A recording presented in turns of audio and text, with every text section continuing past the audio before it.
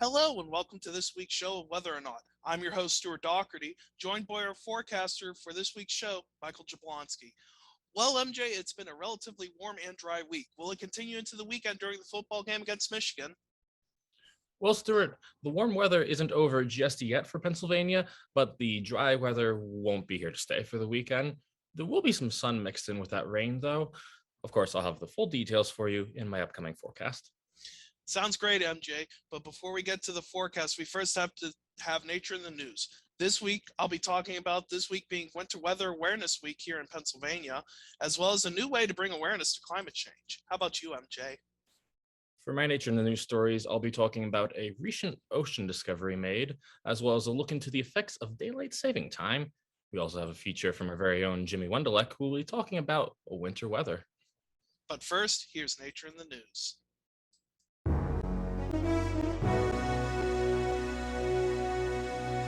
This past weekend marked one of the two instances of daylight saving time, and while the biannual milestone can be a nuisance to some, a recent study finds that it may also be a health risk. This study, which comes from the University of Michigan, finds that changing the clocks by just 1 hour can have a significant impact in a person's ability to go to bed and wake up at set times. This, in turn, can make individuals more susceptible to weakened immune systems and depression, and can even have long-term effects on the heart and brain. Despite efforts made in Congress over the past few years, there are currently no plans to do away with the usage of daylight saving time. This doesn't mean that people can't combat the effects of changing the clocks themselves, however. Researchers suggest that individuals take strides to gradually increment their sleep schedule for a few days leading up to and after daylight saving time. Limiting caffeine in the morning and the usage of electronics at night can also help folks make the adjustment. These actions can help people to keep their bodies healthy and to keep up with the times. This week marks Winter Weather Awareness Week in the Keystone State. To commemorate the week, the National Weather Service offices in Pittsburgh, State College, and Binghamton, New York are teaming up with the Federal Emergency Management Agency, the Pennsylvania Emergency Management Agency, the Red Cross, and the Pennsylvania Department of Transportation. Their goal is to build a safe, weather-ready state for the winter. From Sunday, November 7th to Friday the 12th, an aspect of weather or weather products will be explained. On Sunday for Pittsburgh and State College, the theme will be winter preparedness. On Monday, the theme will be winter weather alerts, where different weather advisories, watches, and warnings are taught, and what conditions have to be met to institute them. On Tuesday, the theme is snow. Topics include snow squalls and why they are hazardous on highways. Nor'easters are also mentioned, along with other ways heavy snow falls. On Wednesday, the theme is ice. The subject includes how NWS forecasts what type of precipitation will fall. It also discusses why freezing rain, ice, and black ice are hazardous. Thursday's theme is winter flooding. Flooding occurs because of sudden warmth will melt the snow and ice, or because ice breaks off and jams at some point along a river or creek. Finally, on Friday, the theme is cold weather. Hazards such as hypothermia and frostbite are discussed. How to dress properly is also mentioned. For more information, or to go back and read up about preparation, go to weather.gov/CTP and hit under News Headlines, Winter Weather Awareness Week for Pennsylvania 2021. Earth's oceans are full of many secrets and questions, but a recent discovery is making waves. While mapping the floor of the Atlantic Ocean, explorers found a sunken oil tanker. This vessel was identified as the SS Bloody Marsh, a tanker which was built during World War II. The tanker was sunk by a German U-boat in 1943 while trying to transfer supplies from Houston to New York City. Finding the Bloody Marsh doesn't just have a historical impact, though, it also has an environmental one. Dozens of vessels containing oil such as this have been marked by the National Oceanic and Atmospheric Administration for being potential threats to life in the ocean and along the shores. For the Bloody Marsh in particular, an oil tanker capable of carrying over 100,000 gallons of oil, concerns are raised about oil slicks that can gradually occur as the vessel corrodes. As NOAA continues to explore the depths of our oceans, one can only wonder what other discoveries they'll make, and how those discoveries will help us. A new way of getting your feet wet to fight climate change has taken COP26 by storm. On Friday, November 5th, Simon Kofe, Tuvalu's foreign minister, recorded a speech to members of COP26 in Glasgow, Scotland, knee-deep in the ocean water at Funafuti. His intentions are to bring attention to members about how rising sea levels in Tuvalu and other islands threaten their peoples. Many countries have made a goal to reach net zero carbon emissions by 2050, but many Polynesian people claim it is not fast enough and their survival is at stake.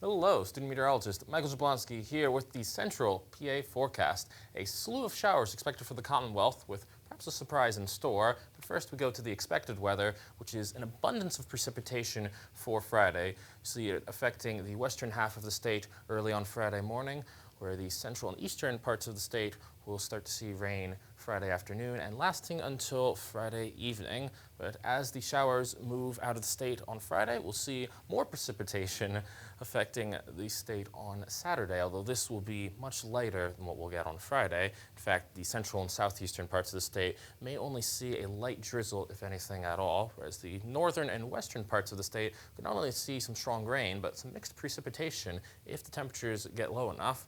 If you're wondering how this affects the upcoming game between Penn State and Michigan, conditions should actually be perfect when the game starts off at noon. Not too sunny, not too windy, just right for watching what will hopefully be a great football game. Could be some light drizzle towards the end of the game though, so be on the lookout for that. As for Sunday, we will see a little bit of lingering showers, mainly for the northwestern part of the state. Again, snowflakes are possible and could even reach central Pennsylvania if the showers last into Sunday evening, though that is unlikely.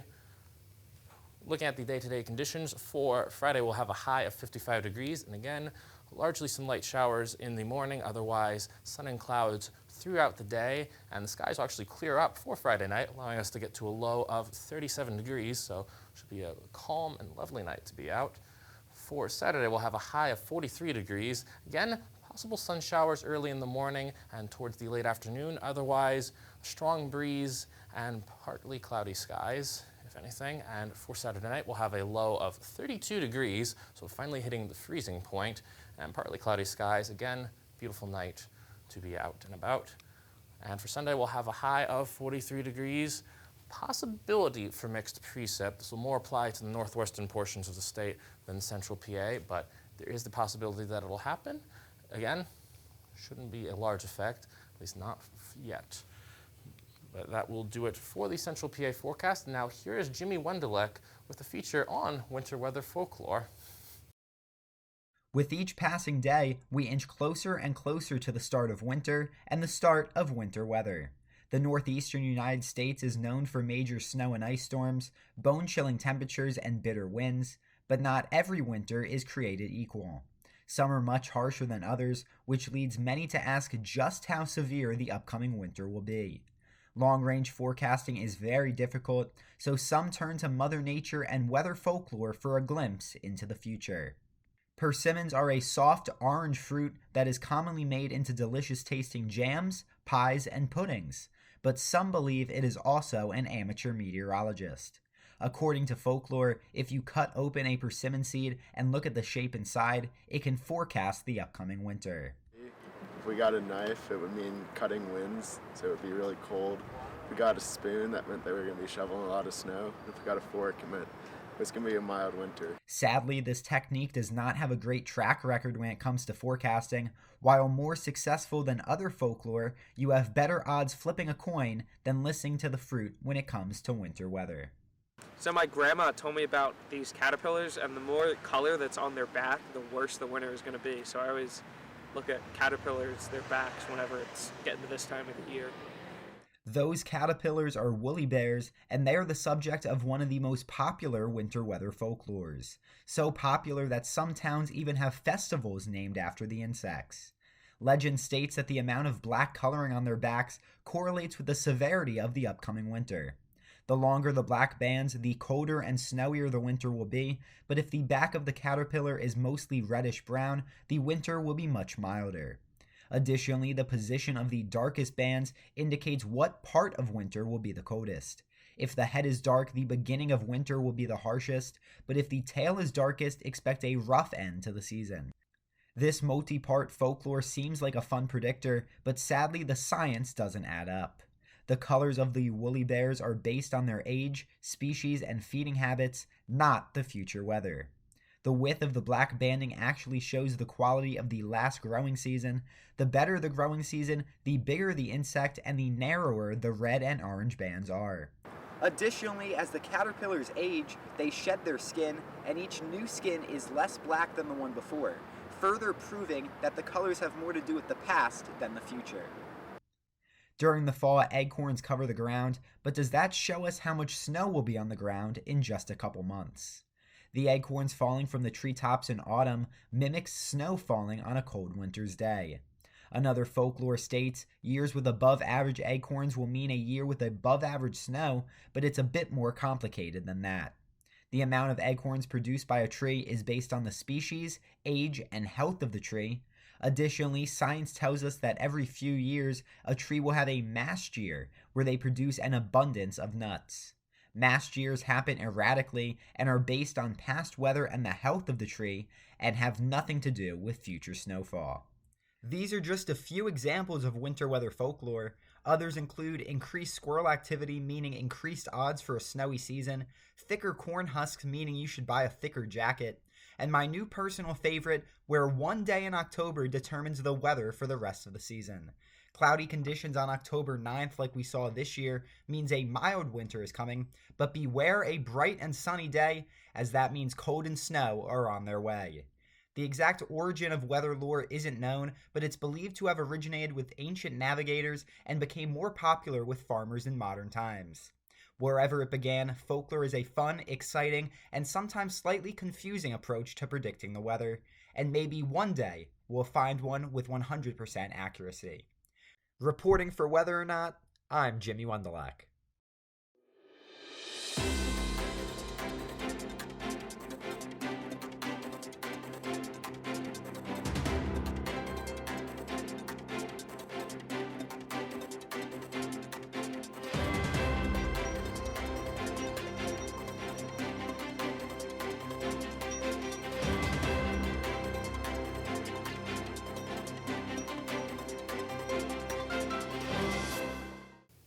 Hello, student meteorologist Michael Jablonski back at it again with the extended forecast. So to quickly recap what we had in the central PA forecast, a slew of showers affecting the Commonwealth with the potential for some flurries coming late on Sunday. Otherwise, you'll see some strong rain showers on Friday, lighter rain showers on Saturday, maybe nothing at all on Sunday. But I do find it interesting that we have this potential for flurries on late Sunday and even early Monday morning, but by the middle to late portions of next week, temperatures will be going all the way from low 40s to high 50s, so quite a turnaround for Pennsylvania weather, especially a surprise for November, if anything.